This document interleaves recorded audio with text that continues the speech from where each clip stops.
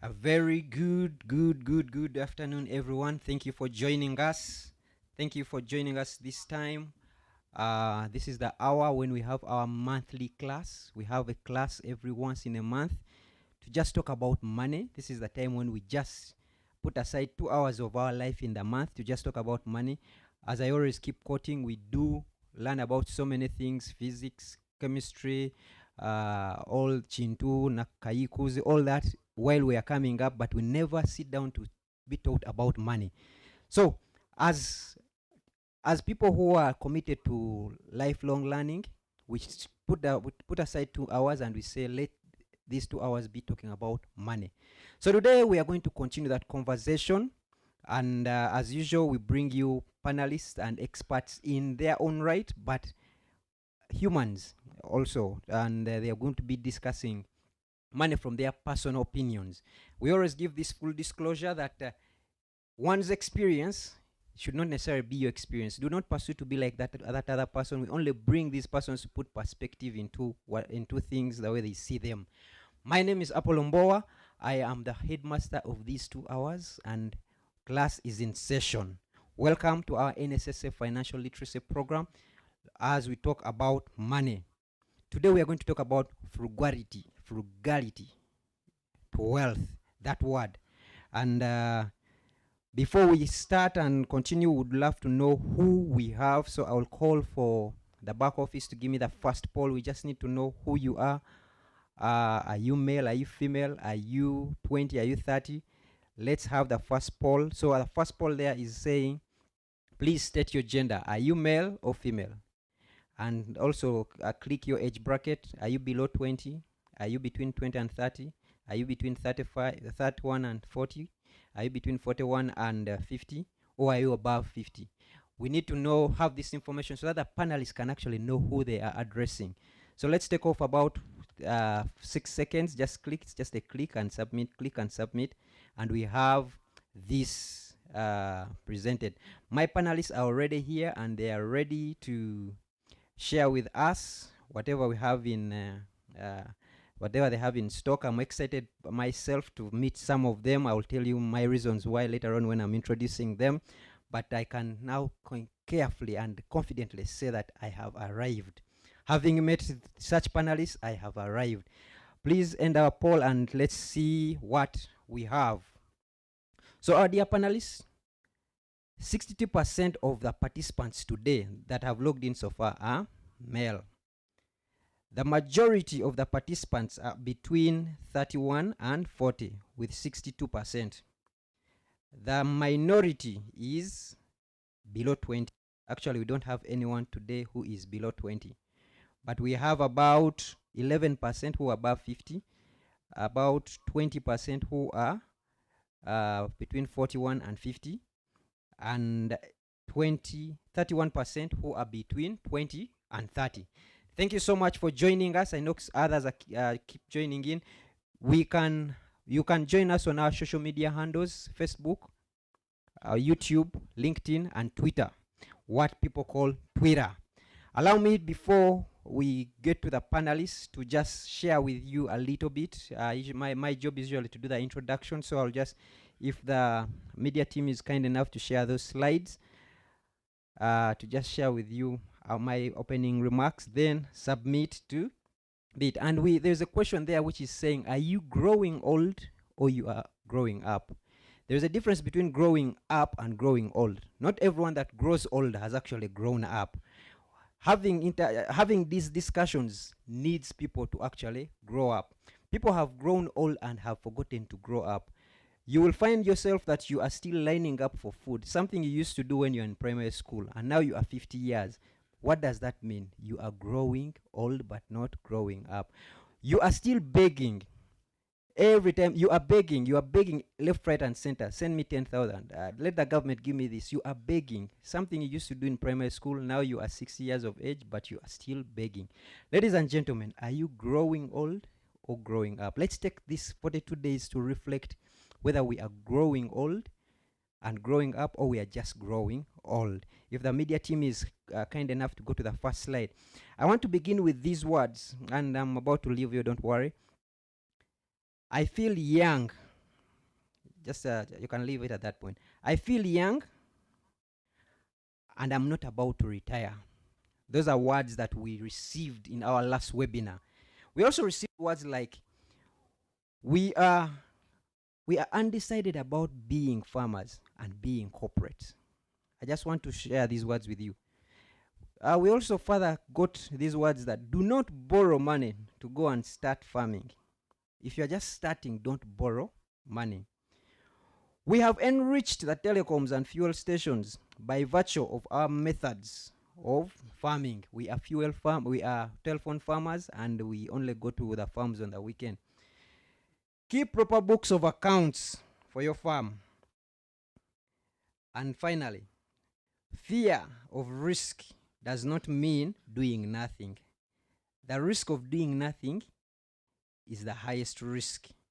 These words were words that were said to us by one of our panelists, someone who shared the chair here in the middle seat on the 18th, if Fredrick is kind enough to go on. Agre Kankunda. Unfortunately, we can now only say the late Agre Kankunda. We want to take off this time to celebrate Agre. Agre was with us on the 18th of May, just barely 1 month away. And on the 31st of May, he passed on. He drove himself to hospital, and then the rest is history. Agre shared with us so many insights. His video is still up there on the YouTube. He has built something on our end, and we ask ourselves, what can we learn from him? Thank you so much, Agre. May you rest in peace. From NSSF, from all the people I received an overwhelming number of condolences coming to me. Your panelist has died, and I shared the same with the family. We will continue praying for the family, but we are grateful that he took off time. I called him last minute, and he said, I will come and serve you. And one of the things that statement I said while he was leaving, he said, I feel young, and I'm not about to retire. I have about 10 years to retire. But unfortunately, God had other bit. Going back, if Fredrick is kind enough, while Agre does not have this bit to stay alive, you are alive. And as NSSF, we are still alive with our objective. One, to reverse the statistics that we keep throwing around of how many people are losing their money. Two, we are alive, and we shall continue pounding this, that we want to build a financially empowered membership. It is, your education does not necessarily mean that you are financially empowered. We have had doctors and lawyers, and they don't know exactly how much they earn, so that they can come up with how much they spend. So they keep spending more than what they earn. That means they don't know what they earn. So as NSSF, we are committed to that objective. And finally, the objective of options. While you are still in employment, what are those options you have as a member? We want to keep sharing with you this, and that's why we keep having this conversation over and over.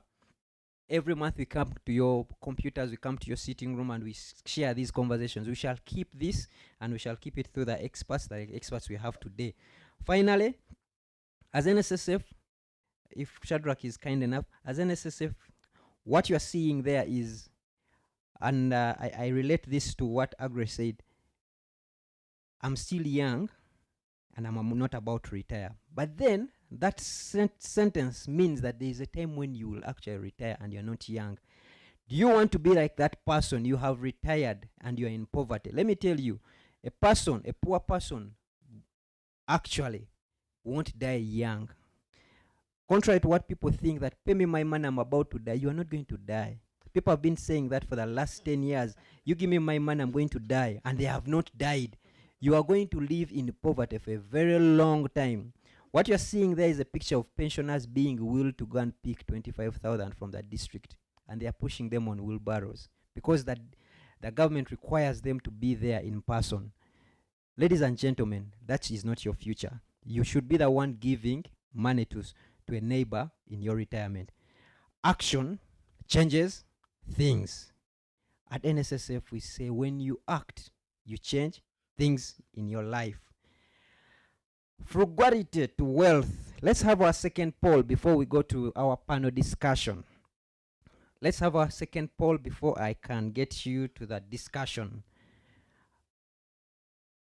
what do you regard frugality to be? You forgive me about that pronunciation. What do you regard frugality as? Do you regard it as being stingy and mean? Do you regard it as being responsible? Or do you regard it as being necessary? Let us know, what do you regard this to be? Because we are going to discuss this today, and we are asking ourselves, is it an ingredient that needs to be in our lives? Oh, we need to eat now that we are in this COVID season. Let's eat our money and we shall see what the future brings. What do you regard this to be? In 5 seconds, we close this. I want to give this information to the panelists so that they understand what exactly who they are dealing with. What do you regard frugality to be? Is it being responsible or is it being stingy? Please show us those results. And 71% regard this to be responsible. 8% say it is being stingy and mean. 21% say it is necessary. So, my panelists, I think we can go with the result that the majority are saying it is it's both responsible and necessary. To chat out this afternoon, we have a panel of distinguished lady and gentlemen. Fredrick is an operations and data technology innovation. Let me go back this. Sometimes these things overwhelm me. Let me even stand upright. Fredrick is an operations, data, technology, innovation, and digital transformation professional with over 12 years of proven experience. The word there is proven. Developing and implementing data and technology strategies, driving operation excellence, leading innovative digital business transformations, managing innovations and technology. Everything here is about technology. It's about innovation. It's about technology. It's about innovations and operations. I don't want to go. His philosophy is that technology must never be the focus of business, but rather business need technology as an enabler to deliver business value. Fredrick is a teacher. Now, after saying all that, you will think this man should be an IT. He's a teacher by training. He went on and then went into the field of statistics and analysis, and then for the later part of his life, he doesn't qualify to be called the later part, but let's say for the most recent part of his life, he has dedicated it to technology, digital transformation, and strategies. Fredrick Mayanja is the head of operations at NSSF and is our moderator today. Welcome, Fredrick. He's worked in very many companies. It goes on and on and on. Our second panelist, he spoke of 3 attributes of successful people, and those were being. In most of his speeches, he talks about being healthy, having networks, and being financially independent. Mr. Charles Ochichi is the Executive Director of Enterprise Uganda.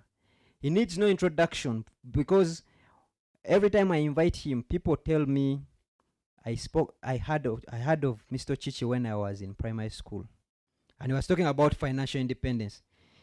He has been at the helm of Enterprise Uganda for the last 12 years. 20 years, yes, and he's one of the founding members. 20 years. Charles Ochichi has nurtured and grown quite a number of businesses through both in his private life and also as executive director. Mr. Ochichi, thank you for joining us today. Thank you, and I'm happy to be here. Thank you. Her signature will now be on all new banknotes printed. That is what was said about my next panelist in an interview from the BOU Director of Communications. Susan's appointment as secretary will be required. She will be required to oversee the legal, communication, and the broader affairs of the bank. Now, when I tell you that I have arrived, you people, you don't understand. The panelist I have today bears her signature on every note of money you have. That money is worthless without her signature. Susan is a holder of bachelor's degree in law, a master's in law, a postgraduate in law practice, a master's in business administration. She's a fellow of the Institute of Chartered Secretaries and Administrators. Before joining the bank, she served as company secretary and head of legal affairs at Monitor Publications, amongst so many other things. But most importantly, and I will say this again, I think I've already said it, she signs on money. Money is only legal with her signature. Susan Kanyenyimbwa is our other panelist today. Thank you so much. I hand over to Fredrick to take us through this afternoon's discussion. Thank you very much. Can I correct the name? It is Kanyemirwa. Oh, yes. Thank you. Thank you so much. Fredrick, over to you. Thank you, Apollo. That's what happens when you try to introduce lawyers. You may be introducing someone else. But thank you, Apollo. Susan, Charles, you're welcome to this panel, and we are humbled to have you here. Apollo took a poll about frugality, and I associate with you, Apollo, this word. People are like, what is this English? Which one is this? Which word is this? Which language does this come from? But we're going to break it down here for the people. And just to start with, even when Apple has taken a poll, things have come out. I believe more in behavioral research than a poll. I believe that a poll, people will tell you what they want you to hear. But when you observe through experience, a lot of experience here with my panelists, then you'll be able to tell the exact things that happen. So I would want to know, Susan, Charles, I'll start with Susan, then get to Charles. I'm here wondering, what is this frugality fuss all about? I'm thinking, are we advocating for the Stingy Women and Men's Association?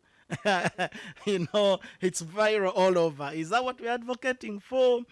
Really, like, break it down for me. And to put it so simply, what is frugality? First, Susan. The word frugality seems to be so heavy. You're absolutely right. It is so heavy. But it means simply being prudent, being disciplined, being economical with resource allocation and utilization. That's how I would put it. Thank you. Thank you. Very much with what Susan has said about the decent word frugality. But you know, when Ugandans pick up a word and they want you not to follow the beautiful part of the word, they go for the negative part of it. So frugality has got some close synonyms that are a little bit negative and make people to fear to embrace the trait. And among the many, some of those you have already mentioned them, being mean, being miserly, being tight-fisted, and then the Ugandan feels, you know, to be described like that, it looks like you are not human, you are not having a human soul to appreciate other individuals. But I want to say this, that frugality, as Susan has put it plainly, is a trait which is associated with every investor. And I'm mentioning now the word investor because many of you, the young people, are actually in jobs. But although you're in a job, you can still be investing. So do not try to fear the word investor because you are salaried somewhere. So frugality means getting the maximum benefit from every resource that you get. Maximizing the reward from every resource you have. Charles, interesting. Maximizing, prudence, economical, and all those words associated with that. So we seem to agree with the audience, the poll that took place, that this is a positive word. I wonder, do I blame it to my nursery teacher? For me, I've already seen it as a negative word. But let's continue and see whether really it is or not. So in this case, what are some of the characteristics of frugal people? What are some of those characteristics or traits or behavior for people you'd consider to be frugal? And I think I'll start with Susan. much. To be frugal, there are certain characteristics that you are associated with. One, you do not act out of the blue. You must plan. You have a life. Like organizations, even individuals plan their lives. So you must plan for your life.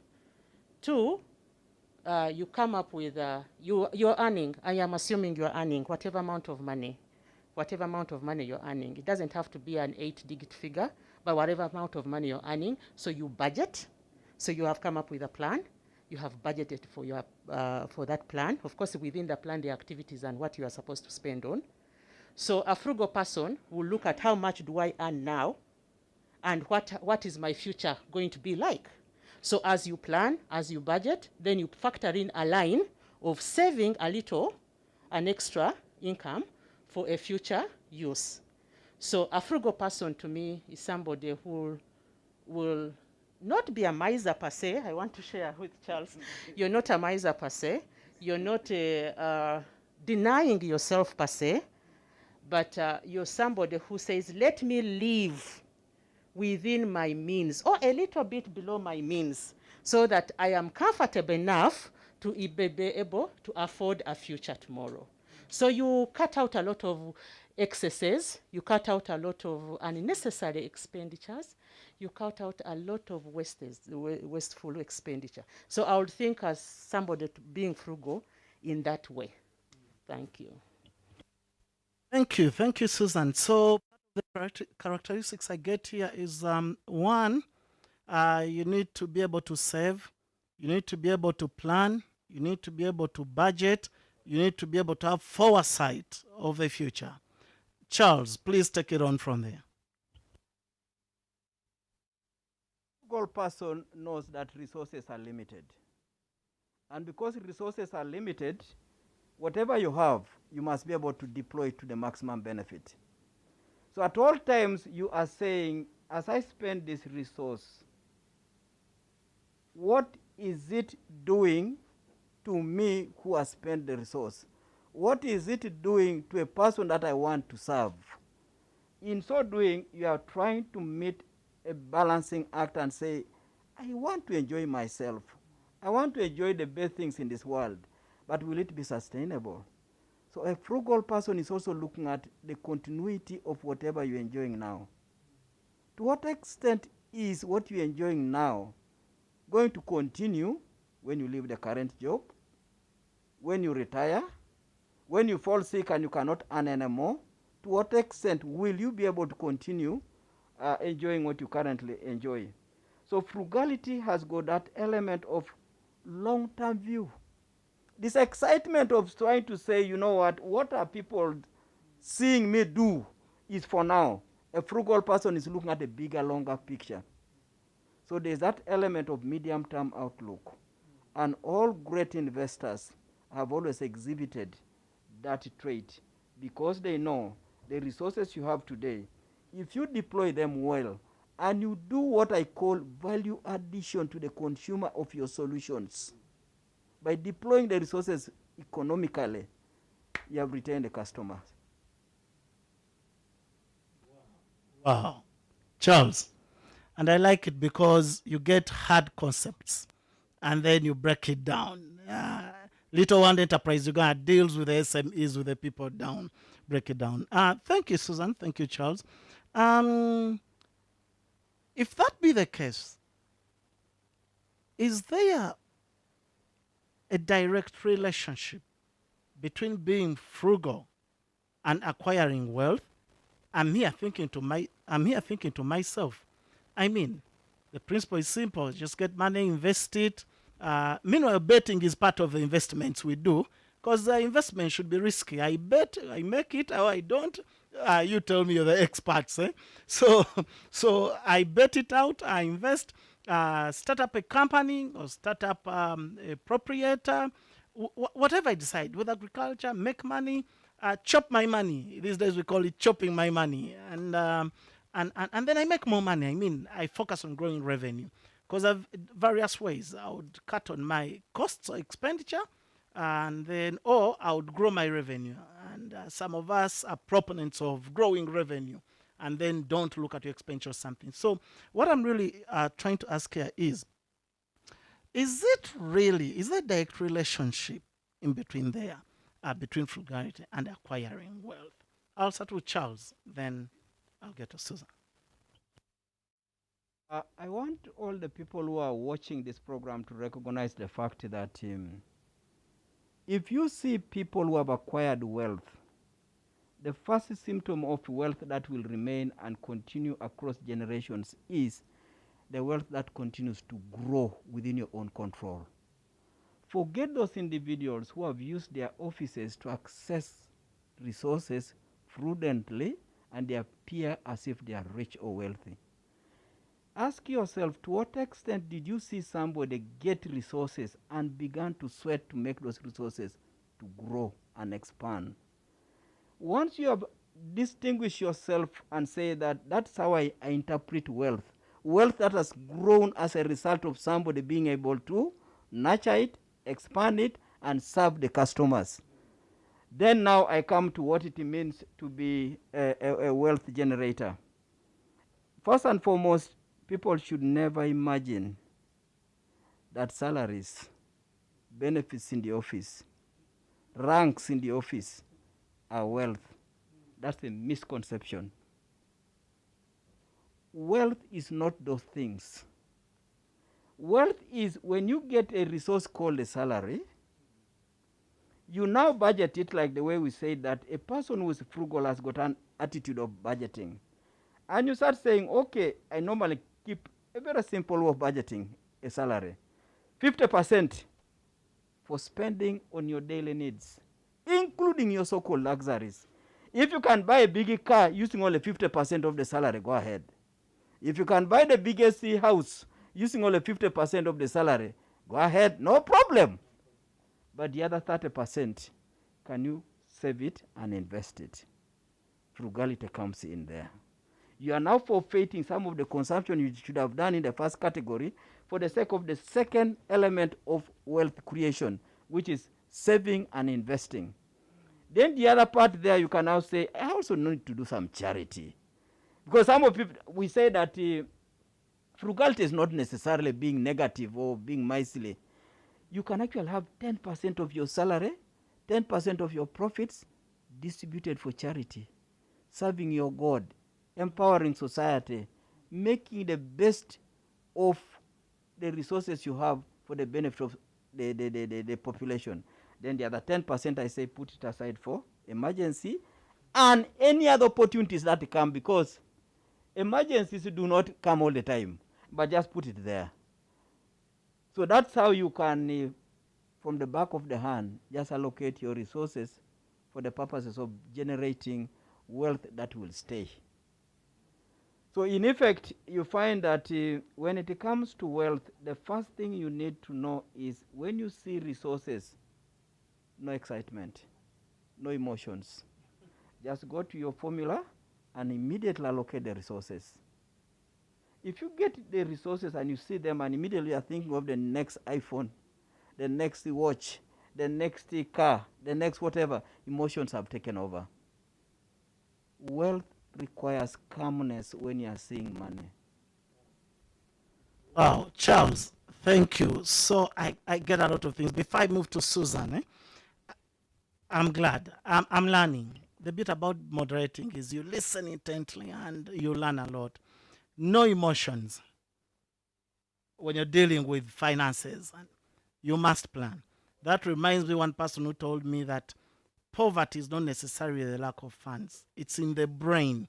He told me, get me someone who has a poor brain financially. I'll give him 100 million and tell me after a week there'll be nothing.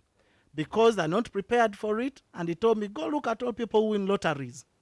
Tell me where there is anyone who is rich out of lottery. And that goes probably for betting. Please, I talk about that very, it's a bit official. But yes, it tells me goes for lotteries, betting and everything. And so I get a very important point. But I still, as you're speaking, then I get to remember these stories. There's a story, I think, I don't know the year. It's a public story. I'm allowed to talk about it publicly. So Dale's daughter's son, you'll excuse me, I think had a wedding. and it went in the papers, and they were saying 2 billion shillings. And so I had a number of friends that were commenting, complaining, how do you spend 2 billion shillings on a wedding? What the 5 billion? It was an amount obscene, like that. And then we want to discuss. So me, when those arguments come, there are chances for me to teach people and educate them. You talked about percentages. So I told them, let's break down the mathematics. How much do you earn? 2 million. So what do you think is the use percentage of a 5 billion he has spent on a wedding of a daughter to his wealth?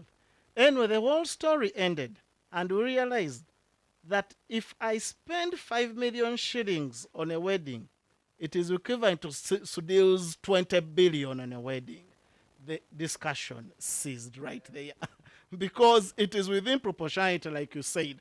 If you can afford a house of 1 billion shillings, but that is within your 50%, 20%, that's okay. So then that brings in the element of don't compare yourself to other people. Know your budget, look at it, put it accordingly. And just to add to that, Fred, just briefly, whatever situation you are in today, it is not genetically stagnant. You can improve it. When you save this part of your money, part of your salary, or part of your profits, and you invested it, it generates the next profit is bigger. Meaning your ability to consume more luxurious lifestyle things will only get better. So do not get discouraged when for now your child is in a low caliber school, but you are investing well. That is for primary 1 up to primary 3. By the time the children are going to P5, this thing has grown. The child must go to a certain medium income bracket of a school. So let no Ugandan, nobody get so disturbed that, this is my fellow classmate, we're together at campus, now he's taking his child to a better school. Feel normal, you are different, but work on the allocation of your resources. Thank you, Charles. I've not given up on my dream of saving to make sure my children go to Harvard to meet Bill Gates' children, and then we'll be sorted. Over to you, Susan. A good goal. And it's a very good goal, and it's a very good dream, and you can actually realize it. Yes. Okay, so the relationship between frugality and wealth creation. I had earlier on spoken about the characteristics of frugality, and among them is do not put resources to waste. Procure what you need. There are certain requirements that you need in life that you must have. So procure what you need. And then you can plan to procure what you want later. Because to me, a want, you can do without it. But a need, you need it. So when you do that, then you're able to keep some resources that you set aside, save. But saving in itself alone is not good enough. So that amount of money that you have saved, invest it. There are so many vehicles where you can invest that money so that it grows. And in the process of growing, then you're creating worth. You might have some big monies thereafter, buy yourself a piece of land, for example, out of your savings. Then probably out of your savings, build your house up to some level before you come in to look for a loan, something like that. You're actually creating worth by observing the characteristics of frugality. So there is actually a relationship. And I would say that frugality is actually a precursor to wealth creation at the end of the day. Thank you very much. Wow. Yes, Charles, you can come in. Just my own personal experience. When I left Kampala to take up a diplomatic job in Nairobi, I was working with a regional bank that was paying staff in terms of US dollar salary equivalents with no taxes on them. My colleagues, but let me complete the story. In that job, the salary is in dollars. It is not taxed. We had medical fully covered. We had back home tickets for the family to go and enjoy a holiday at home in your home country once in a year. They covered school fees for the children, up to 6 children. The purpose was, the bank was saying, you have worked in a diplomatic office. Please, we want you to leave PTA Bank when you represent the image of a regional bank as you go back to Uganda or whichever country where you came from. What the staff then in the bank did was, they said, okay, if this is now what the bank is doing, I'm going to take my child to a very good school in the US. The bank is giving a maximum of $18,000 a year. I will take another loan to top up that one and take my child to a better school. Now, that is abuse of the principle of frugality. What did Ochichi do when I was in Nairobi? I took up accommodation which had one bedroom, and that one bedroom had a large extension that was a sitting room, and then it had a kitchen and a toilet and a bathroom. That's where I stayed for 3 years. My colleagues took up accommodation in a place called Lavington in Nairobi. Lavington was the in place there. You go to a big place and each child you're all in your own rooms. I took up that accommodation and I told my wife, my salary will not be paid in a bank account in Nairobi. It was paid to her account in Bank of Baroda in Uganda. And we used that money to start investing in real estate. So now when people start saying, oh, this man has got houses in Soroti, this man has got houses in Kampala, I started long ago. And because we continue with that prudence, these houses must give birth to more houses. Today we're able to take our children to overseas and pay a child on a master's program using our own resources. It can be done, yes. Hold it right there. Yes. And we're going to continue with this conversation later on, because then we've started to show our audience that surely it's not that you were born in these places. Susan signs on money, and really, governor signs, she signs. Someone would say, those people talking right here, they don't know what we are going through. Someone would say, Charles, as for 20 years, Charles, I can tell you I was in O-level, S2, and I knew about you. You were driving this whole financial literacy agenda, Enterprise Uganda, and so you've been there 20 years, and I'm right now here holding a conversation with you. But there is a journey, and sometimes we forget this journey. So I think what I hear you telling people is that this is not book knowledge. The things we are talking about, you have lived them. They actually work. And later on, we are going to go as we share our personal experiences. You'll take it on from there and continue. But coming back to Susan, I really liked what you talked about. A few things. Wants, needs. You use the word procurement. I catch a lot of those things. I'm very analytic. I catch a lot of those things. You didn't use the word buy. And to the audience out there, I would like to tell you, procurement is totally different from buying. I will not take people in a school right now, but it is important to note those things. The wants are different from the needs. And we're not talking about being stingy, mean to yourself. No, the quality of life comes first. But we are saying that's a need. You understand? What Charles needed then on a diplomatic job was a room to stay in, no children, no wife. So that is what it is. The rest of it, save, build houses. Then there is this usual talk of, those people have eaten money. He's executive director. Susan is Bank of Uganda. And like there is money there, people dishing and getting and do. The reality of the matter is, I think what you're telling people is that to get even where you are, it took a certain level of discipline, which is not by mistake that you get to where you are. Frugality still comes in. Now, to just to go to Susan, to pick it up from there, but also to a follow-up question. So, are we saying frugality is mandatory for everyone? Or, to put it in other words, would we say from your fingertips that every successful person financially, and I underscore those that are credible. I like the way Charles started. There are people who get to use their pens in offices or whatever it is. We are not talking about the thieves they call the corrupt. I don't like the word corrupt. I prefer to use the word thieves. We're not talking about the people who steal funds. Every person who is credible, financially successful, do we at some point or the other to exercise this frugality? When you look at people who are successful, they have a history. They have a history, they have where they started from. They did not jump from heavens and be where they are. They have a history. So most of them was through hard work. Hard work. And actually, some of them will tell you where they came from. Hard work.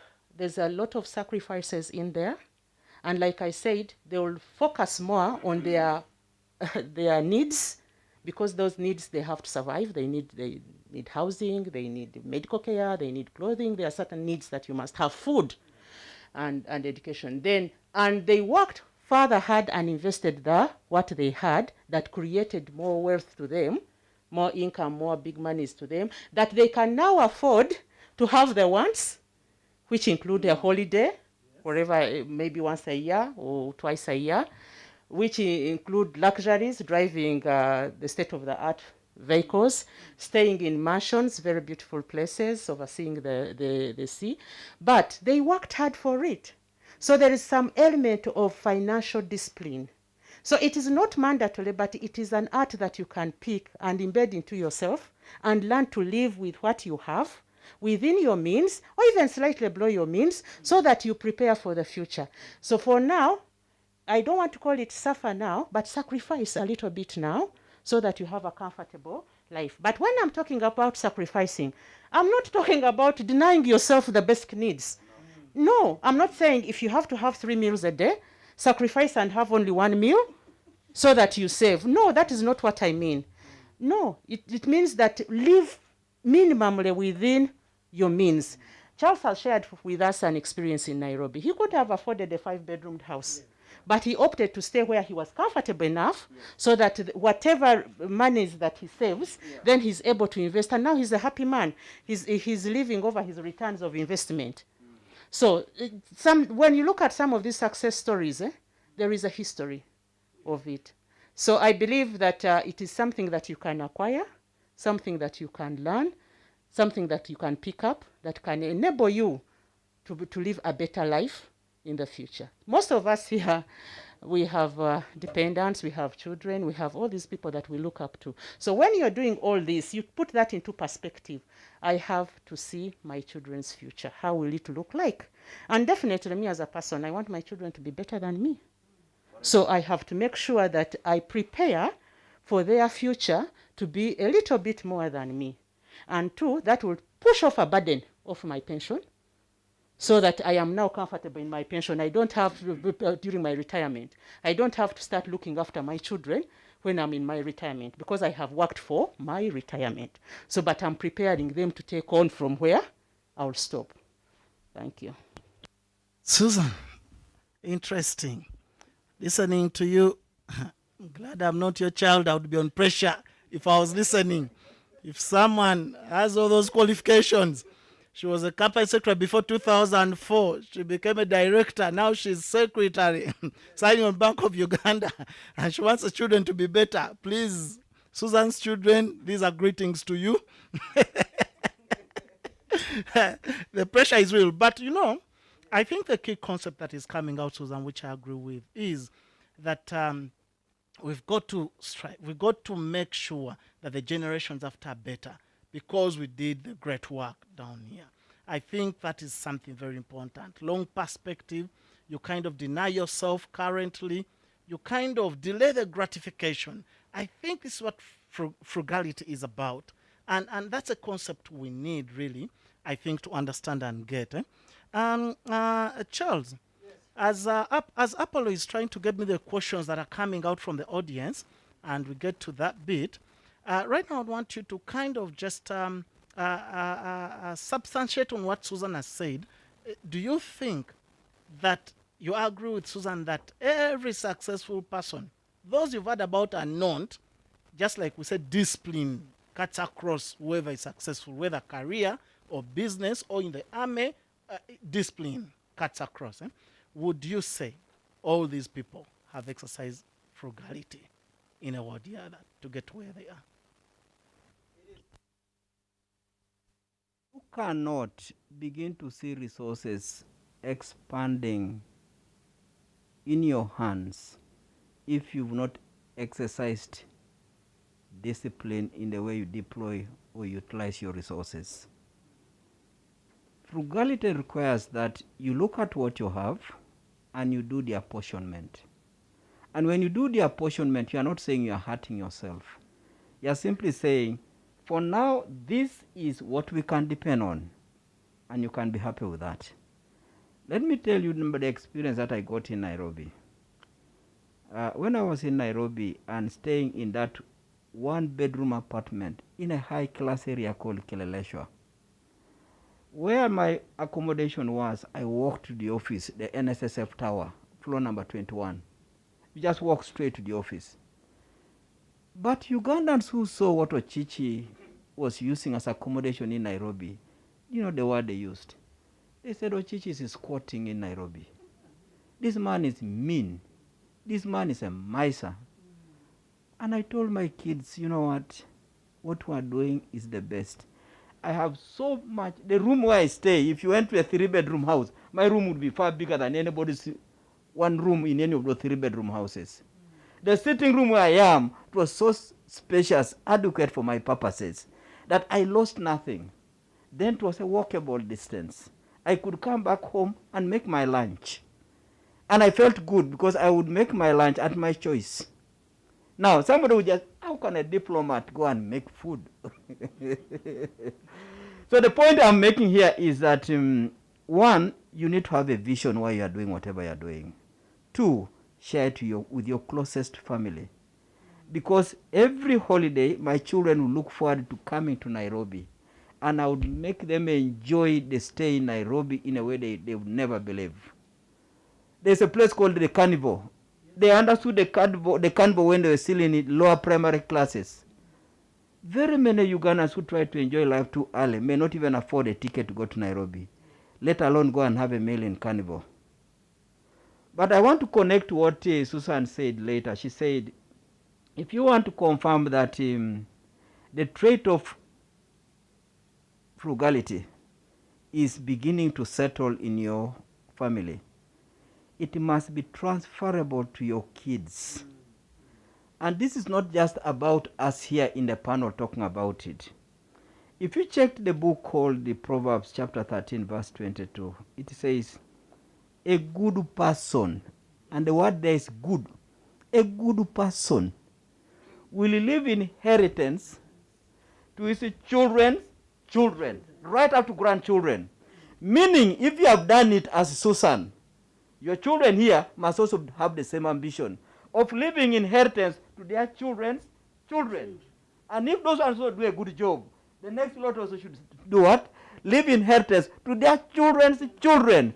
Then Susan here, as the great-great-great-great-grandmother, will be saying, what a foundation I have set. And they will begin to talk of that as their identity. And they will not be saying we suffer. They will just say, that is who we are. We are empire builders.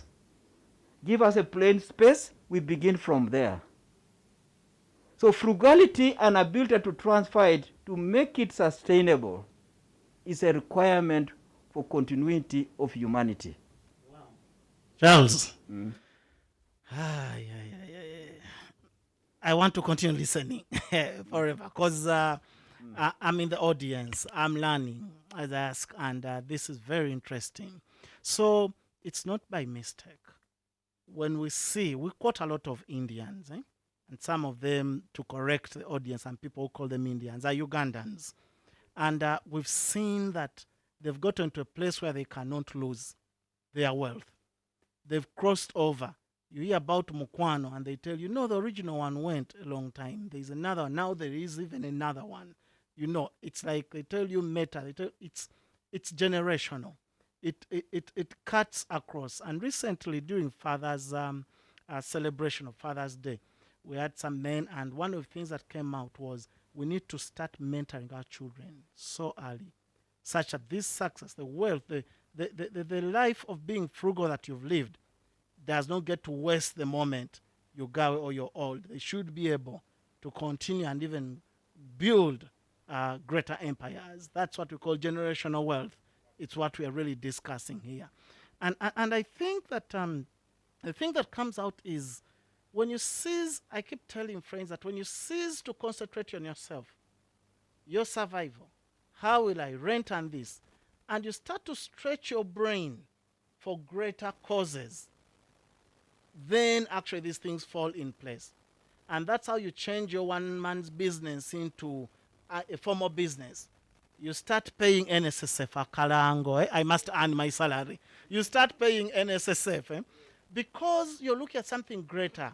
You're looking at your relatives, you're looking at people in the village, you're looking at the nation.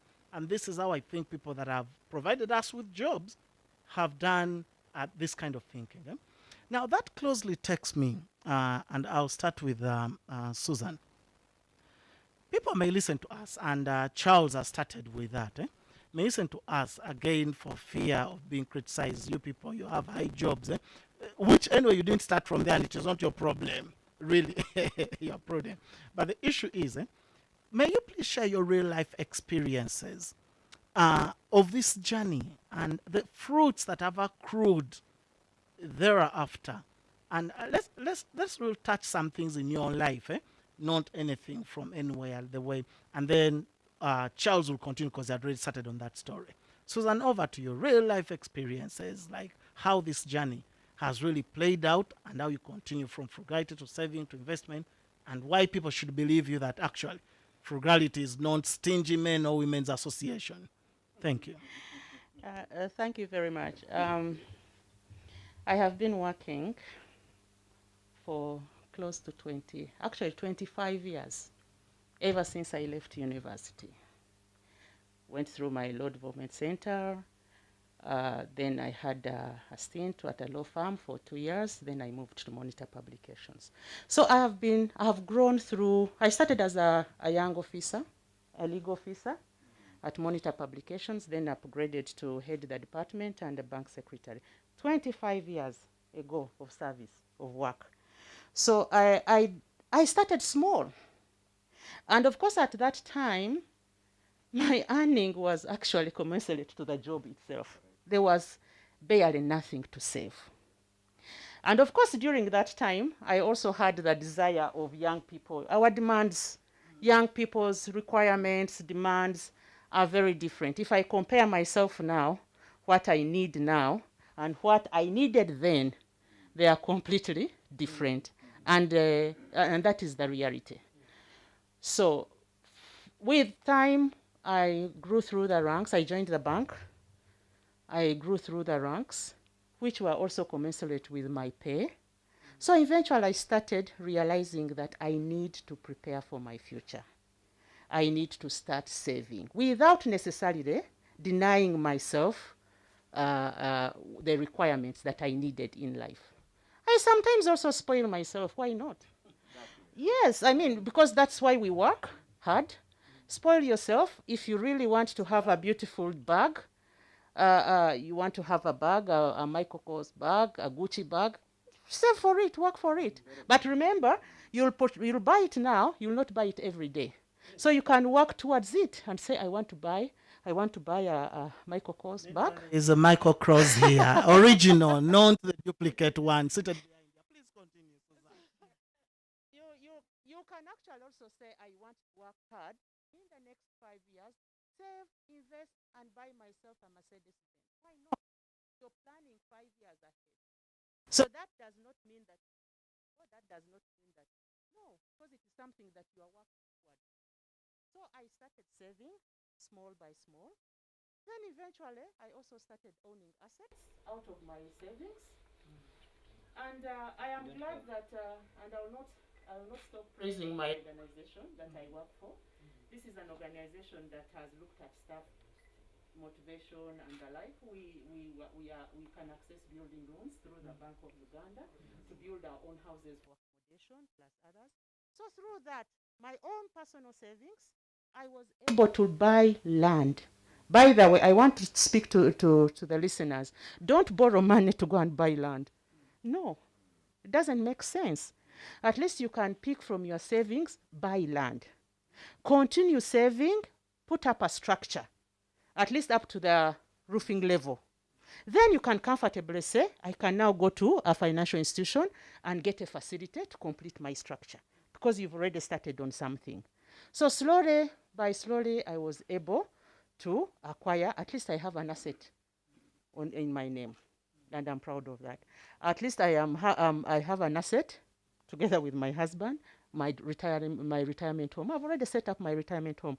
I have a few years, quite a number of years to retire, but as I speak now, I have a retirement home. So I've already made a retirement home, plus activities there that earn a little bit of income.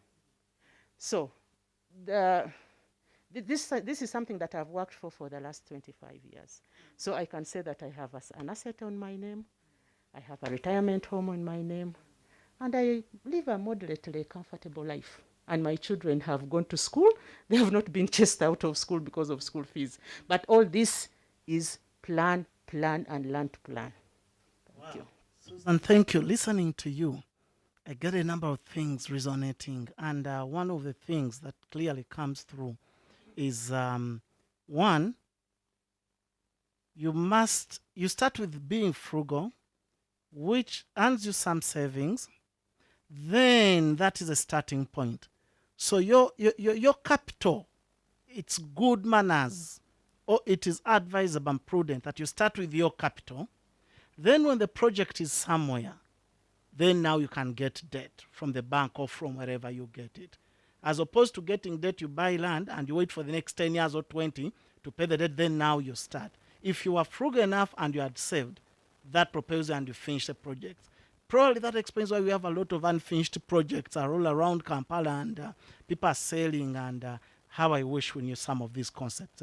And that makes a lot of sense, Susan. You know, I can tell Susan is a very modest person, talking about a retirement home. But in as much as we may think that is something small, the reality of the matter is a lot of people get to retire, and that's when they're like, I need a house, because they've been in government house, or they've been in some employer has been providing house, or they're renting, even things as simple as that. Because then you want to retire and be in the village. You don't want to inconvenience your children when you're saying, let me be, mommy, let me be, they provide. And you said something important, that you'll be able to take care of your retirement age comfortably.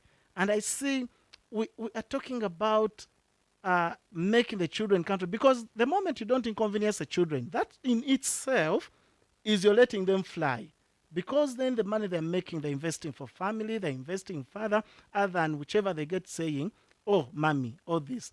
And people out there, I'm not saying don't take care of your parents, please, different conditions, but when we walk this journey, we'll get to a place where all of us are able to self-sustain ourselves in old age, and we don't have to go for the 25,000 of the government. Not to mean it is bad, but really, you would want to be in a better place, not to line up to get there. Yes, Susan? Let me also share my experience, since you gave me the floor. For the last 25 years, what can you speak home about? One thing that I did was to develop myself academically and professionally. Content. So when I left, at one time, I was called a full-time student. So immediately I finished school like this, my first degree, the postgraduate diploma, I went back to school. And by the way, for the listeners, I went back to school when I was married.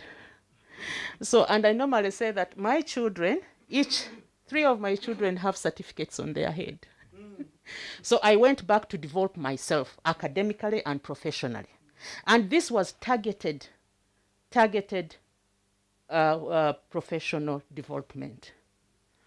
So that alone, as I speak now, I invested into my academics and professional development, and it is that academics and professional development that gave me an added advantage to where I am, for me to be able to get a better paying job, that I was able now at least to live a moderate life and even save a little. So you don't have to start a business per se. You can actually invest in yourself academically, and probably that would also give you a platform or an advantage when you're competing for better paying jobs.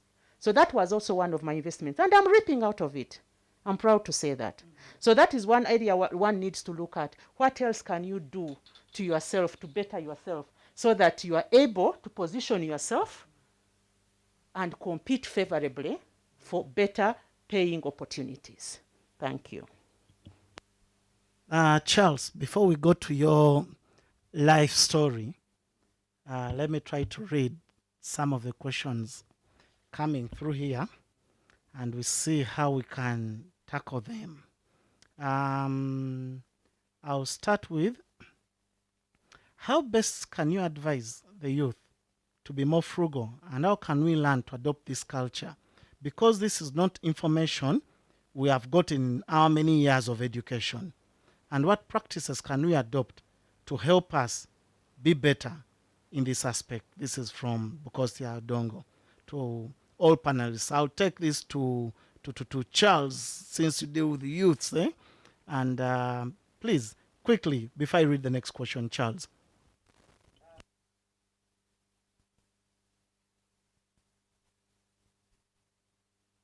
I want to thank the person who has raised that question and say this, that frugality does not need you to have a certain size of regular income, certain salary, certain size of a business. It's just a mindset thing which says, how do I apportion the resources that have come to my hand? And you are doing it for the purpose of generating what I call a sustainable wealth creation momentum. So as a young person, what do you have as potential resources? First of all, your own energy and your health. With your energy and with your health, if you are the best in mathematics in senior 4, there are so many households in the neighborhood of children who are poor in maths.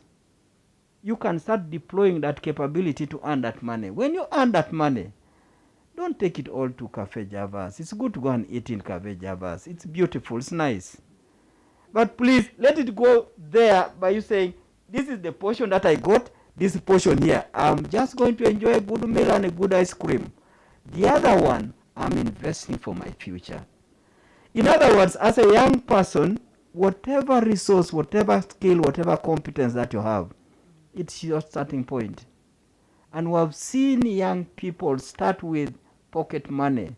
At Enterprise Uganda, we have a young man who came to our training and started at the university in the 3rd year on saved pocket money. That pocket money, which was less than 500,000, in 12 months it became 5 million. What was the young man doing? Friday, Saturday, Sunday, he was going to his home district in Buyende to load fish and come and sell in Natete on Saturday and Sunday. On Monday morning, he's back in the university. He has used the resources he has, which is his time, his energy, his knowledge about where fish are and where fish can be sold. And that was a take-off point. Did you need a business plan for that? No. Did you need to go to a bank for that? No. Did you need to go to an uncle for that? No. You needed self-belief. Wow, thank you, Charles. Charles, closely related to that, please, as a follow-up question from Simon Begumisa, how can you use frugality to pay debts faster? As Charles answers that, Susan, there is one for you here. At what point did you come to that realization to save?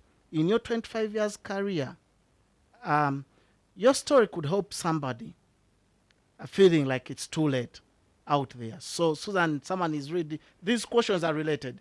This one is already in debt. Is saying, how can I use this concept now to be able to get out of debt faster? And for me, I like that place is so good. It's a very good question. So Charles, you do that. Then Susan can answer. This person wants your experience. When did you now realize to be able to have a country home, to have some probably rent apartments, and then you're comfortable, you're not scared of retirement? Charles first. On debt, I want to first say that any debt that you have contracted and you have no steady way of liquidating it, it disturbs your mind. As a professional, you will not be efficient. As a business person, you will not be focusing on serving the customer better. So frugality will then require that if there are certain things that you have been enjoying, you have a car that you need to release, sell it. use another means of transport for that short period when you are removing that debt that is disrupting your thinking. If you have been taking a children to a certain level of education and that education is eating you up and you are contracting bigger loans, the first thing to do is to scale down what created the debt, so that you do not try to plug this debt while you are creating another one the next 1 month. So don't dig a hole to fill a hole. Stop getting more debts that are going to make your situation worse. But of course, now prioritize your needs, as Susan had put it. Exercise frugality. Yes. The way prior we've discussed it. Yes. So, Susan, please. I mentioned here that I've been working for the last 25 years. I don't know how old the person is that put the question. Panelist got it very well in your 25-year career. Yes, 25 years. The first 5 years, definitely there was nothing much to save. I was a young officer and earning commensurate salary of that time. So there was not much to save.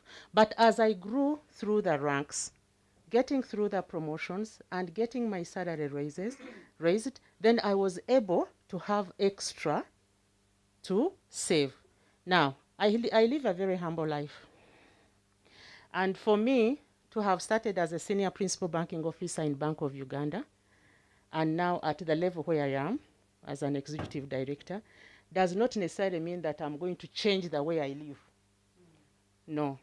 I maintained the way I live as long as I'm comfortable. But Suzanne, you maintained, yes. Suzanne. For we enjoy God's blessings. No, what I'm saying is that I am living a better, a more comfortable life, I may say. But what I'm saying is that what I'm living, the life I'm living now, can afford me an extra resource for me to invest. But let me also give credit to my spouse, to my husband. I did not acquire these assets I'm talking about by my own self. Some of them are joint ventures with my husband. So we pulled resources together and put up a retirement home, for example, in my home village. So not only me, but also with him. And of course, the purpose was, this is our retirement home. This is where we shall go when we retire. So it is not only me, but a portion of it from me that I was able to put up this. Now, I talked about a structure that I own. But it was supported by a loan. I was about to come to that. Susan, define the structure. Yes, that structure, and I can't shy away. I said I work for an organization that we pride in, that want to look at supporting, motivating staff. So they give us building loans. So the structure I'm talking about, as much as it is in my names, but it has a loan obligation from the central bank, meaning that by the time I retire from the central bank, I would have retired the loan, and the asset now becomes mine because there is a mortgage on it. So you get me. You thinking ahead. It's not that I got money from somewhere and came up with it. No, but it was planning. But remember, even when I was going to put up the structure, I had to save some money for me to go and say, I have bought myself a piece of land. It is here. At least I've been able to put up a slab. Now I can come and you give me a loan. Yes. Wow. So thank you, Susan. Well answered. Because the principles that we're getting out of here, and to I think this is Bukosi Odongo. The thing is frugality. You must be able to save, but with an aim. And then when you start somewhere, Susan says she's blessed to work with an employer that could be able to provide that loan, and she does what she does. And you don't just get debt. You see, debt is not a problem. We've had this series before. Debt is not a problem in itself. The issue is it positive debt? Are you getting it for a good reason? Have you planned? Susan got a debt, got his commercial structure. She knows that by the time I retire, I would have completed paying it, and now it's my property. You must be able to have all those into play. Now the next question. This is to Susan. Charles, I think we overhost you here. People are interested in Susan today. How can I make my family understand the concept of frugality without negatives I like the next statement, especially a man to a woman. Please, Susan, this is for you, eh? So you understand where the audience is coming from, eh? Because it's saying, you know what, eh? And here we don't read the name for this question, eh? But it's saying, this thing is good. I've liked what you're talking about, eh? But how do I take it when my wife is telling me I need dresses or for this? How do I bring in this concept? How, for example, did you manage? This calls for a notion of transparency. It calls for a notion of transparency and trust. So if you sit down with a family and they get to know exactly how much you earn, and they get to know the bills, because the school fees is there, it's required, the school requirements are required. Probably if you're not staying in your own house, rent is required, bills are required, so that the family members get to know that there are certain expenses that must be met. And of course, at the end of the day, what remains is what can be now shared.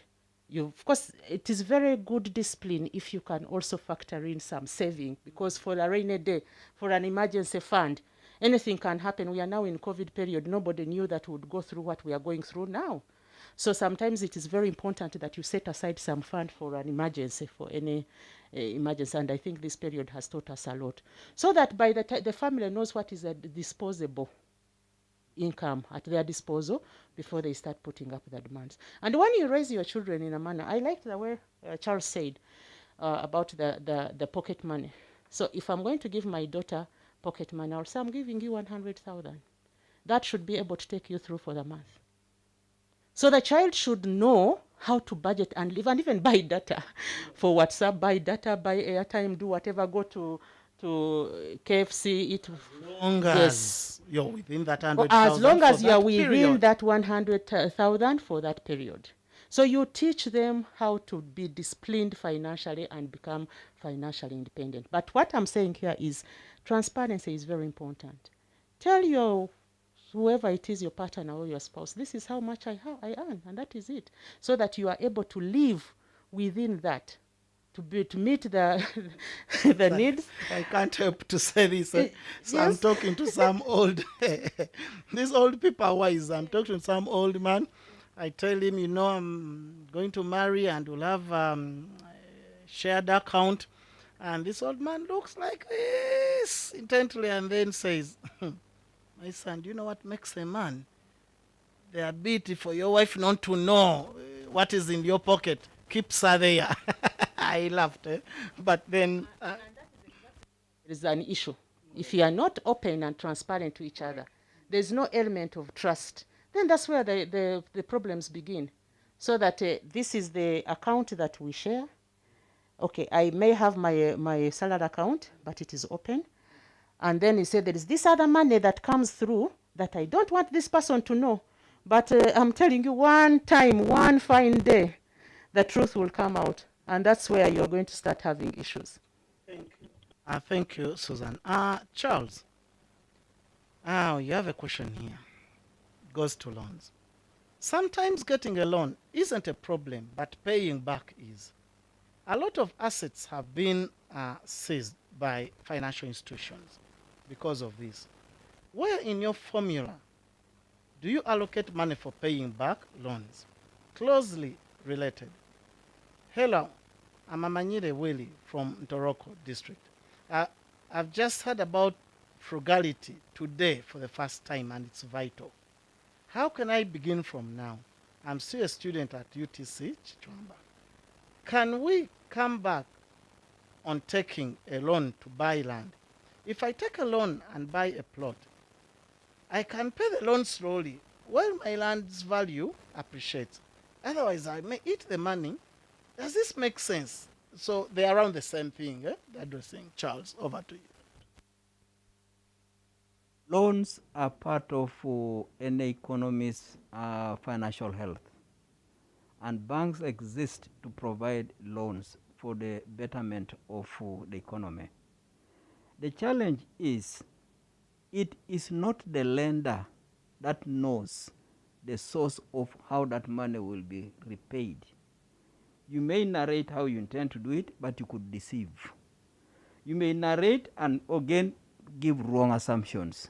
It is the borrower who must know, one, what is the purpose of the loan?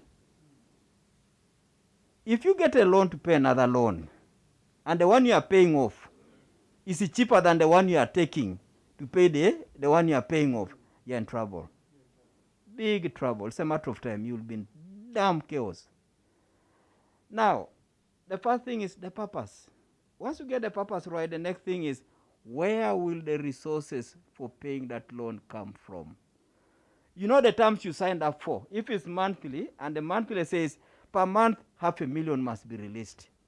There's no magic where you will say, after I have signed for this loan and taken the money, miraculously $500,000 will start coming into my account and I will pay that loan. It's you to know where $500,000 will come from. Two, it's you who knows the assumptions behind that $500,000. If those assumptions are correct and there's a track record for those assumptions, proceed and take the loan. But many times we actually have an assumption that looks good and it's okay, but again you lack the other aspect of that loan, which is ability to run that business enough to generate those assumed resources. If you are not going to use a salary to pay the loan, there is a business. Are you having the ability to make that money, to make that loan repaid? If the money is going to come from the salary, look at your early obligations that you had for that money, that salary.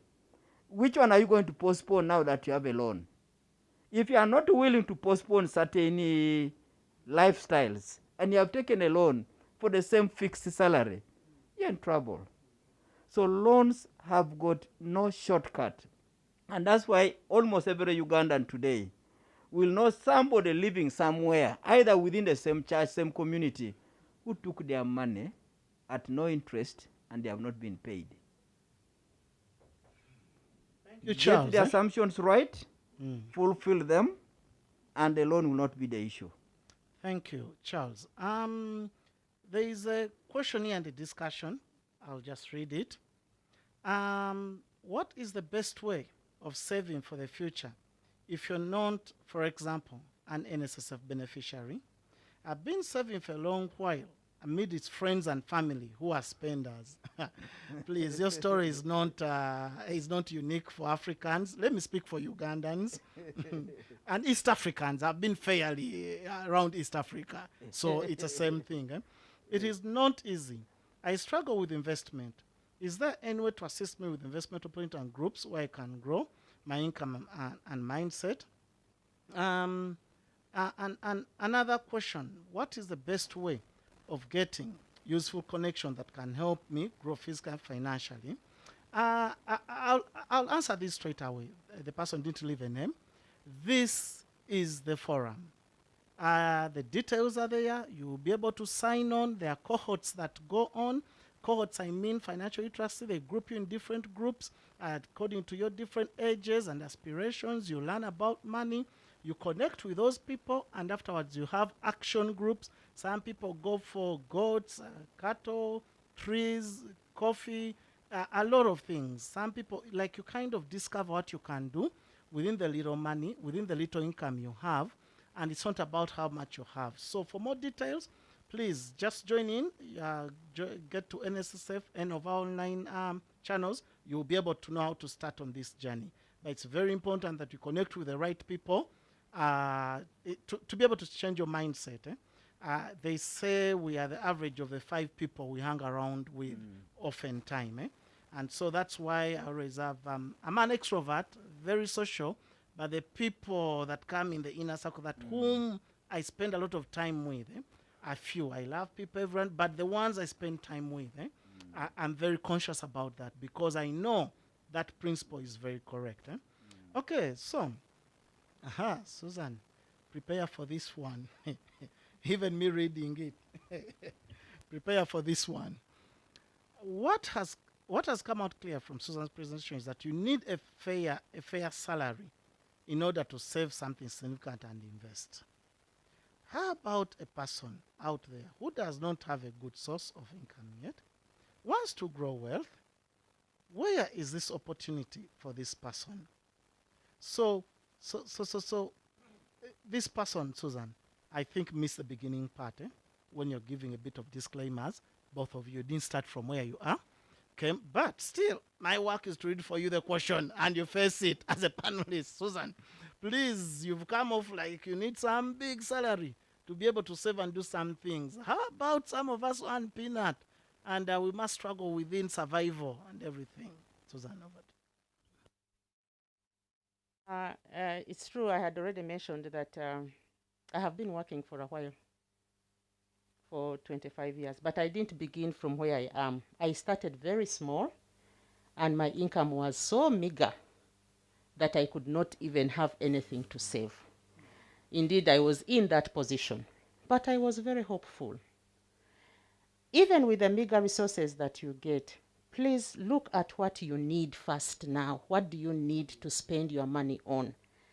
For example, if you are going to earn 50,000, just for illustrative purposes, what is it that you must buy, that you need for you to survive?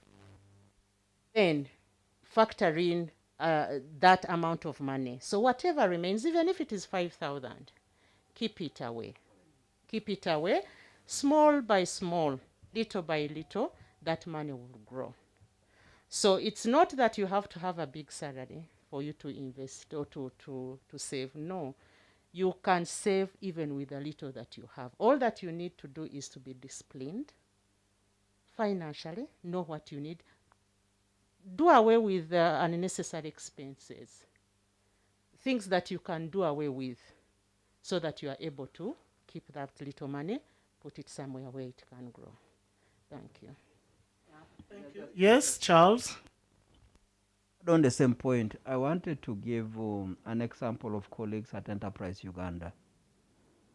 We have a colleague who is our logistics manager. People will call them a driver. This fellow kept on saving his money and then picking the kind of training we give at Enterprise Uganda. He is now a leading keeper or seller of dogs, where one dog goes between 1.5 million and 4 million shillings. I know how expensive they are.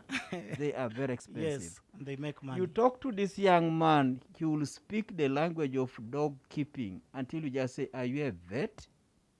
He didn't go to university. He didn't take any of those courses. But it took him a lot of interest to master the game of racing dogs for security purposes. That's one example. The second one is a gatekeeper at Enterprise Uganda. It's called Guido. You go there, Guido today has been selling within our premises there roasted granuts. But the money that comes from there, he does not go and say, let me go and rent a bigger place outside the premises of Enterprise Uganda. He continues to stay within the premises at Enterprise Uganda. He has managed to build simple accommodation in Mengo. This is a security guard. So it is not so much about building in Kololo, in Naguru, building within where you can manage. Doing a business which your resources can manage. And the most important thing is get a customer who buys what you are selling. It doesn't matter whether it's granuts, whether it's simple accommodation. Are there people who are consuming those services? And are they paying you? If they are paying you, please serve more of those people. Mukwano started with bar soap. And bar soap was less than 1,000 at that time and sold a lot of it. Today, they're a mega conglomerate in the Eastern and Central Africa. It's not about the size of the single sales you make. It's about serving a happy customer who will keep on giving you more referrals and bring in more business. Oh, Charles, you've nailed it. It isn't the amount of money. It is the lack of the dream, the lack of the focus. Yes. When I hear that story of that Askari, yes, and I think Apollo, now we know one of our next panelists to feature. I think that we should need Now to Very bring good. that askari right here, so that people then, and we try always to match Yes. different people, Yeah. so that people know that it's not being corporate either, it's not anyone can. And that closely And he has got related. goats as well as the chicken, but in a commercial way in Wow. Chigumba. Wow. In Things Chigumba. I'm only dreaming about doing, Correct. the man already has them. I think Apollo should bring this askari. And there is a lady, as you're Yes. talking, I remember I grew up from Nakasero. It's kind of upscale, Nakasero Road. We had a lady Yeah. that had 6 children and taught all of them in good schools, because she had a shop. There was a shop around there, around Nigerian High Commission, so they own a shop around. So if people have not come shopping from wherever they shop, they can slop a bit down there. This lady is called Mama Bet. I still remember her. The truth of the matter is she has educated all the children up to university. I recently met one and she told me, yeah, I'm a chemical engineer. I said, my God. And even up to now, there is a car bond there next to Housing Finance Bank. When they took out all the kiosks, because it's here, that's why for me I don't believe in people who still give excuses, this. She got from that car bond person, can I? She sells no permanent building in a car.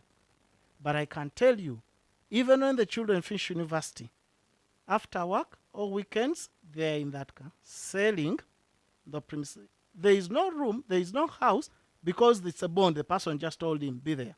But now all children, she's educated them. She built a house in Chisasi. I went and saw that house with my own eyes.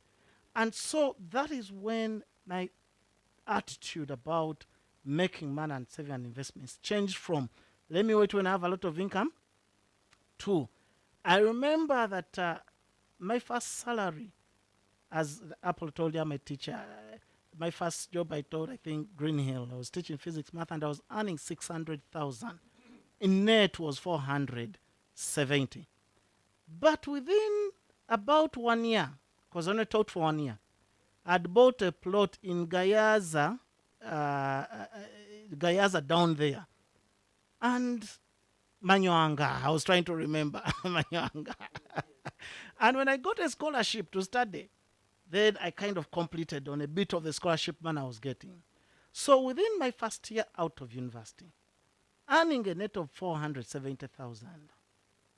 Moreover, I would use a border. From Nakasero, there are no taxis to Green Hill. So you can imagine how expensive that border is. But even within that, I still managed to even get that plot. Now, it is not the amount of money, because the people earning millions and they don't even have a plot. It is the brain, it is the vision. So, Charles, as we continue, let me read this last question, because it's the last one from the audience, and then I come back. You kind of complete your personal life experience, and we can get to try and wrap up this. So, how could you deal with the temptation to deviate from your well-structured plan to save? How can one start again after such disappointments? After you've tried well-structured plan, you've gone off it, how can you try again after such disappointments? Charles, what hope can you give to us in our later years with a few years to retire? These are the right panelists here. They have a few years to retire. They are going to tell you. Kindly expound on the family pressure. If you are the only one with guaranteed income, how should you balance to keep reserves for the continuity purposes? So, Charles, I'll start with you, then Susan will come in. You are the income earner amidst a community that is deprived of a good way of handling their living. The first thing I want to say is that my colleague, no matter how much you try, you can never be able to fulfill the demands of society. That's one. Number two, if you left this world for any reason, God said, you've done your bit, well done, my child, come home, I have a room for you. The people you leave behind will be alive and they will live. They will not die the next week. The message there is never ever imagine that you are the source of the livelihood, the survival of people. Much more than anything else, teach those people to start making a living on their own and start where they are. The limited resources you currently have that you have been giving for their regular consumption should be channeled differently for them to start using for modest investments. I talked about the Askari in Enterprise Uganda. He was selling granates. Today he has got more than 400 goats. He has a lot of chicken. He has bought land in Chigumba. He's from Arua. Now, the same people who are talking about who are disturbing this retired man can start by rearing one hen and one cock. Within a year, each of those hens that hen will have delivered eggs 3 times, 30 eggs, and will have hatched 3 times. Those are 30 chicken in a year. My audience has a notebook. I hope they have a notebook. They're starting Correct. to take notes. Correct. Please continue. So it is not too much for somebody to request for you to give them 50,000 shillings and tell them, starting this year, 2022 January, I've given you investment capital of 50,000. You can call me anything you want to call me. That hen and that cock, at the end of the year, I want to see 30 chicken. The next year, if you sold 30 of this year and 30 hens go to the second year, and again each one of them gives you 30 chicken, that's 450 chicken. Poverty is gone. You have delayed people's independence by imagining and telling them to imagine that you are there to look after their future. These people are producing. Today you are looking after your brothers. The brothers are producing each one 7 children, 5 children. They are all coming to you.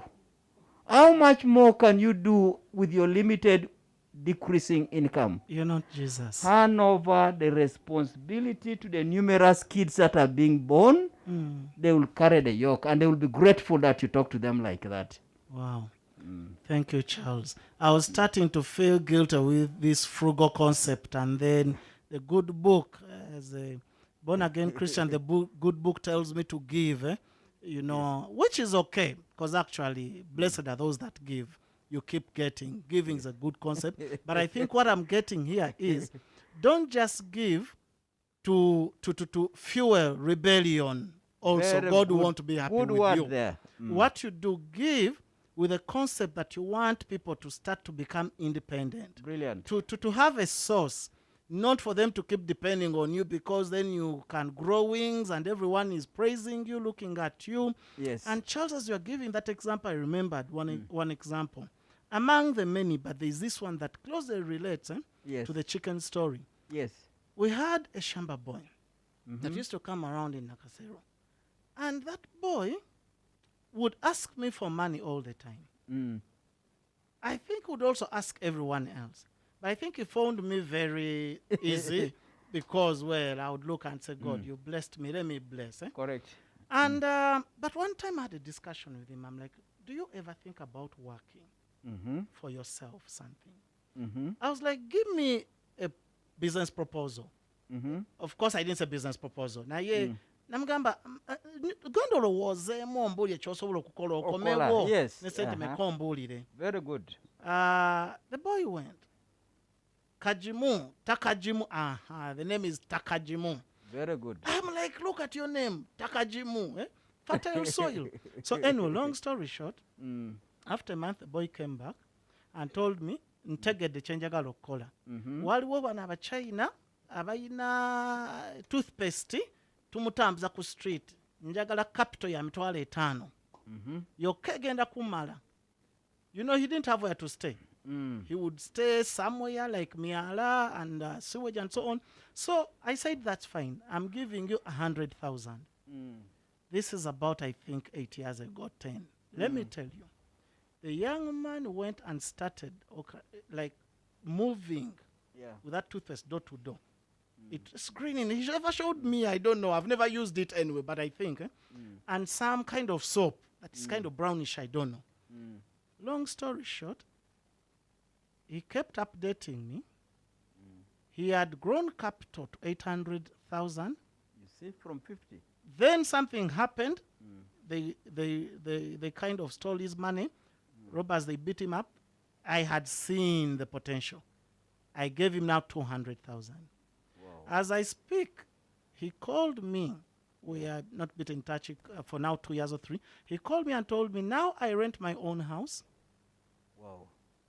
Now I have a wife, Yes. children, Yes. understand? Yes. And I'm supporting some people in the village. Look at that. So just capital of 50,000 at Thousand. the start did Yes. that. So Yes. I think it is an issue of changing the The mindset. mindset. Correct. It's correct. not about the income or this, No. but can we? And I think for me, this is a call. When I hear you, Susan, Charles, and everyone, Yeah. this is a call that maybe we stop giving handouts to people, Yes. but let us have a plan with them. Yes. We say, okay, your immediate problem is you don't have food in this period. I can Yes. buy kawunga and this and Yes, this. yes, But now can we work on something more sustainable? Correct. Because then that's when we're going to change the nation. Correct. Thank you. I would want to continue with Charles before I come to Susan. Susan giving her personal experience. Charles, you had started giving us a personal experience, especially around Nairobi. Do you want to add us more? Because really, your personal experience speaks to us more than anything else. Please. I came to the job that I'm doing at Enterprise. I think God was preparing me in a special way, because I have so much experience that relates to what I do, that I'm so happy to talk about the message with my head up. I have relatives. I come from a home where daddy had about 43 children. My mom alone, 11. I'm number 8. You attempt to try and look after all these fellows, because not many of them did education that I got. You go nowhere. This is what I did to one of my brothers, the elder brother to me. He himself had another 8 children. Now, he will tell you, my brother, please, you school fees. So when I was starting my job at Uganda Commercial Bank, you happily try and do it and think you are doing a good job. After a while, I said, now I've been seeing people who come to borrow money from Uganda Commercial Bank, villagers with no English, from Masaka. A person comes to Uganda Commercial Bank, and I'm the one processing the loan. And the way he's taking off, he's becoming a rich fellow. And when he speaks, you just know that these riches are not magical. You just need to know how to serve the customer, and when you get the money, how to save and reinvest. I said, my eyes have opened. I talked to my brother. I told him, you know what, come to Kampala. We want to have a chat with you. He came.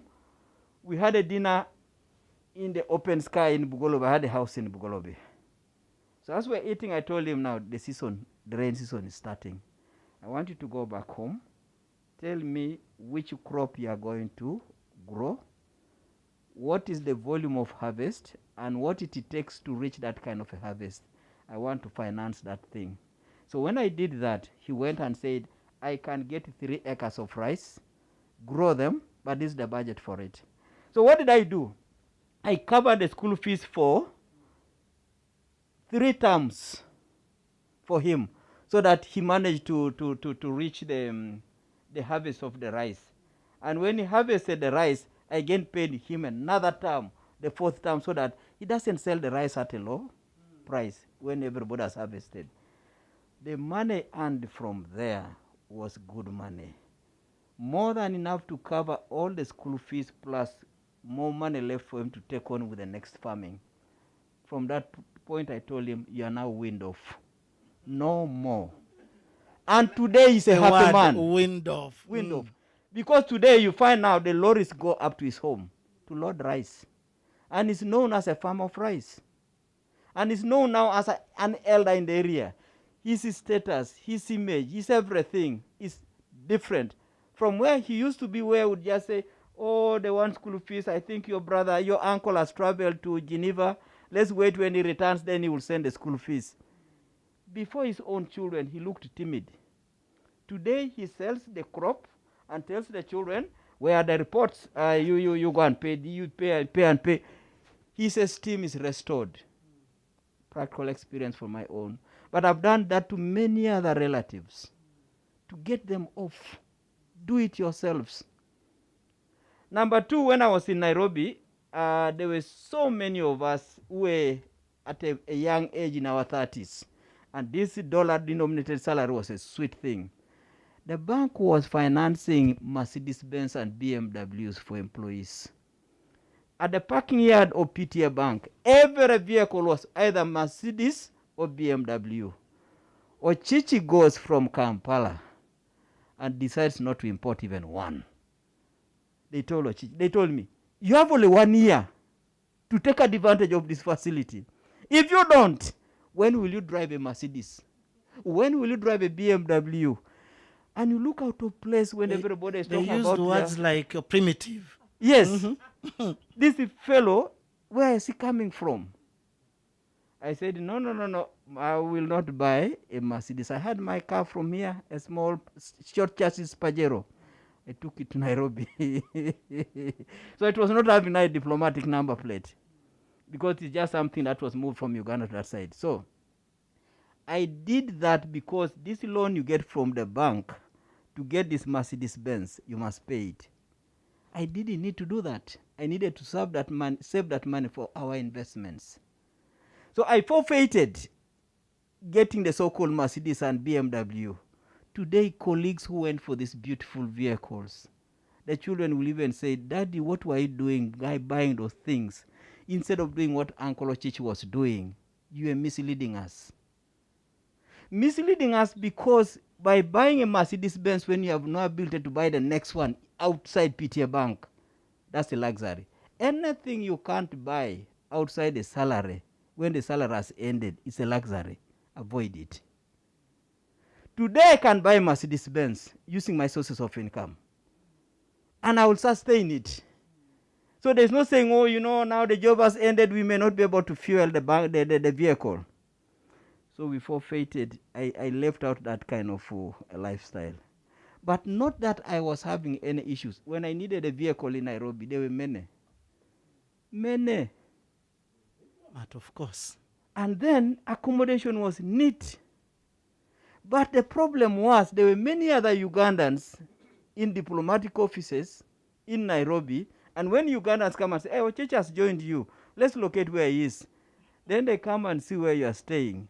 The most memorable but painful statement we're talking about was, Ochichi is squatting in Nairobi. Squatting. Squatting. Now, this frugality thing, if you have no independence of knowing where you are headed to, you're in trouble. And that's why I tell Ugandans that please, as a quick yardstick to know that you are headed in the right direction. By the time you are 40 years, your side income should be at least 20% of your current salary. It's very, very risky to be dependent on one source of income. Very risky. By the time you are 45, it should not be just 20%, it should be 50%. You are earning $1 million, there should be another 500,000 coming from the goats, coming from the rice, coming from the rentals. Charles, you're starting to answer the question of a person Yes. who said, how should I plan to retirement? Now, that model, Yes. for the people already in retirement, Yes. we are sorry. They have lost money. But for anyone watching us, Yes. listening to us, Yes. ladies and gentlemen, Yeah. if any girls and boys, please listen to this, at least pick this model out. Because when I look at this model, and I was told that if at 50 years, your income from your side hustles or businesses should be 100% of what you've been earning. Exactly. I sighed and said, surely. Because the issue in retirement is not about reducing your quality of life. No. It's not about, it's about that you prepared well in advance, that Very by the good. time you're at 50, you're able to have the same income you've been having without compromising. Correct. Correct. And tell them about 55. At 55, you should now be saying, why are you delaying me from leaving this formal job? The income I'm getting outside is now 50% higher than what you are giving me here. Ladies and gentlemen, 50% higher than what you're giving means at 55, the income from your side hustles, Yes.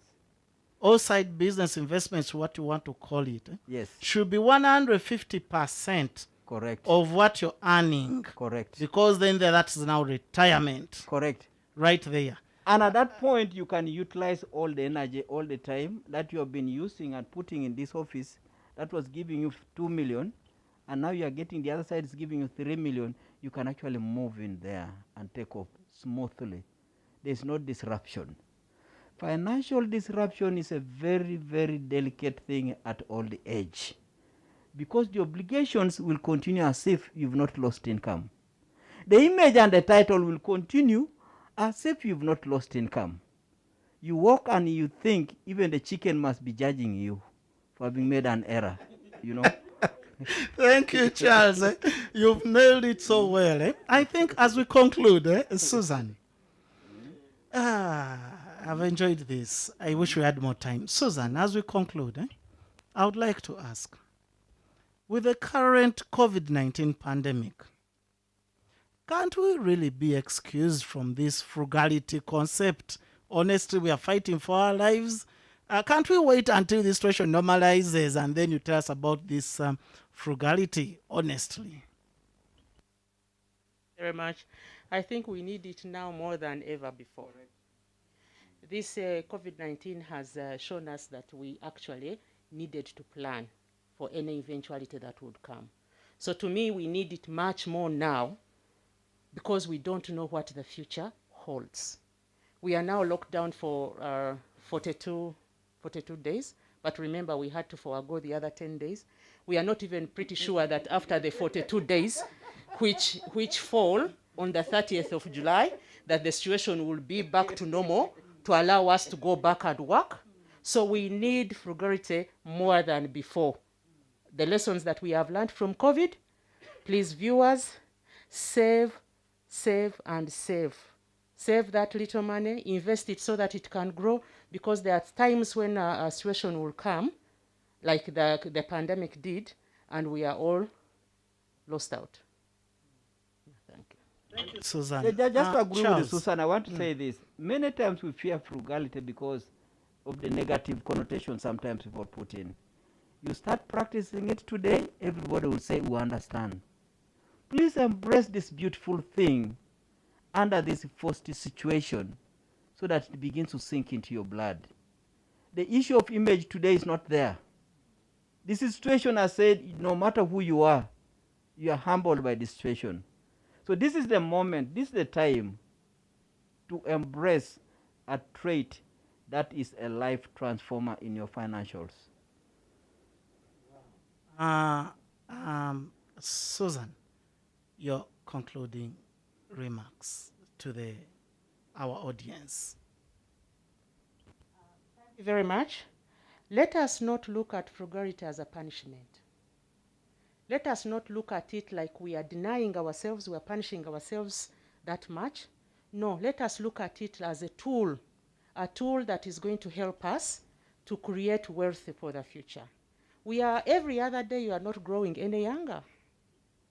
So you prepare for your retirement, prepare for the time you'll not be earning, so that you are able to continue with the life that you're living now and comfortably. So as we grow older, there are quite demands that come with old age, which the young people in their 30s may not be experiencing now. Illnesses come through, and yet you now have to attend to your medicals much more than you used to do when you were in your 30s. So we need to start now for the future. It is a good thing to embrace frugality, look at it from the positive perspective, not like a punishment. And that little money that you save and invest, you'll be surprised how it will grow and how it will make you comfortable, and the history will judge us. Thank you. Thank you so much, Susan. Charles, but before I get to your concluding remarks, Charles, Susan, to the audience, you said something that they need to remember. This is all part of the plan, even your personal development career, and because then when you continue developing yourself, whether financial literacy, whichever way, then that all adds on to the entire picture. The skills you have to talk about, the person who, what their skills learned to do, other people, the skills you add on. The whole game, there's no one size fit, but you must have that dream, that passion to get out of that situation.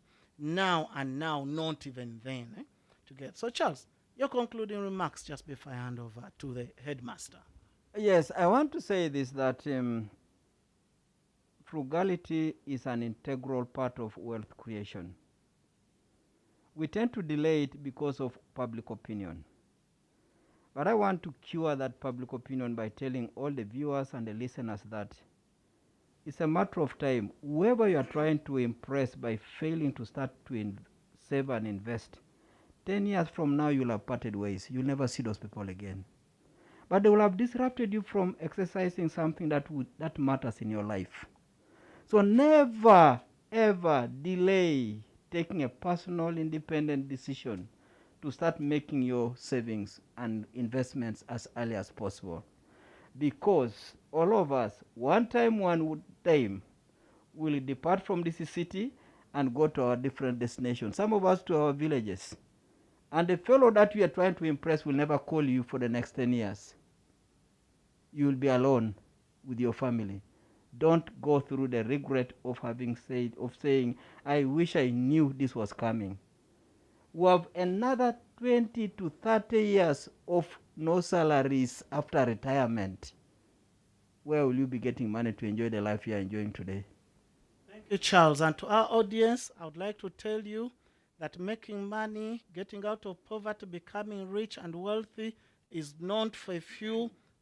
It is God's will that all of us are well off, that all of us are lenders, not borrowers, that all of us are the heads, not the tails, that all of us are adding to his glory. So please, it's not a few. Start with a few lessons you're learning. Start on the journey. Link up with the right people. We're doing this. You can join the NSF classes. I think for the greater part of the Blango, let me leave it to the headmaster.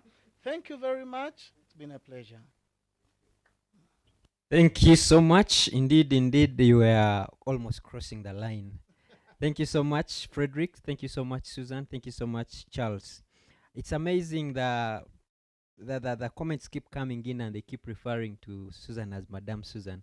And it has drawn me to the, apologies if we have crossed any lines, but it has drawn me back to the formality that is at Bank of Uganda. There is always a Mr. and a Mrs. But those are the reasons why I tell you, for me, I have arrived, because if we have the person they call Mrs. something and Madame something, we are calling her Susan, for me, I have arrived. Thank you so much for allowing. But something has also come out here in the messages. People are commenting about the humility, I think that's the word, and down-to-earth nature of Madame Susan, as they put it. Thank you so much, Susan, for coming down and sharing this. Thank you so much. There's also a group here that was sending me messages from the marriage and said she's even mentioning her husband. That's the first time we're hearing a lady mention about the husband. Thank you so much for supporting. So you have quite a number of cohorts that are looking up to you and they're saying, yes, I will. And of course, Charles, I just want to read one of the messages I picked up. And you will also forgive me if I have been, because most people are saying Dr. Charles, Dr. Chichi, Mr. Ochichi, Professor Chichi. Every time I listen to Professor Chichi, I get more confident and convinced that there is no chance of getting poor for a person who is willing to learn and act. I met him in 2008. I had nothing. I am glad that now my assets can go for 40,000 USD. And of course, the last one is for me. God bless you and God bless all NSSF staff, especially Apple. Thank you so much. Thank you so much for our people. Why we keep doing this, and we shall keep doing this. This is our part saying that we need to have the money conversation out there. We know there is a conversation already going on, and you realize that in these groups we don't even mention about it. There is a conversation going on about our money, our 14 trillion. Give us that 20%. But when we get in here, we try to come back and we say, what am I doing with my money, the one that I have now, the one that I have control over, where no one needs to sign for me to get that money. And that is, it's quite amazing how you keep it at that, because you get to realize that what you have right now is more important than what you anticipate to get. So ladies and gentlemen, thank you so much for keeping in here. We will return in the next month with for us it will be the new financial year. and with new resolutions. Thank you so much, Charles. Thank you so much, Susan. Thank you so much, Fredrick. Fredrick here is my boss. Please send those things that kudos, Apollo, so that he understands that I'm doing a good job here. And I forget, of course, I cannot sign out without saying I have met the person who signs on money. Yes, and I have arrived. Thank you so much, everyone. Let's join in the next month with our other topic, which we shall be sharing. Thank you, and have a good evening.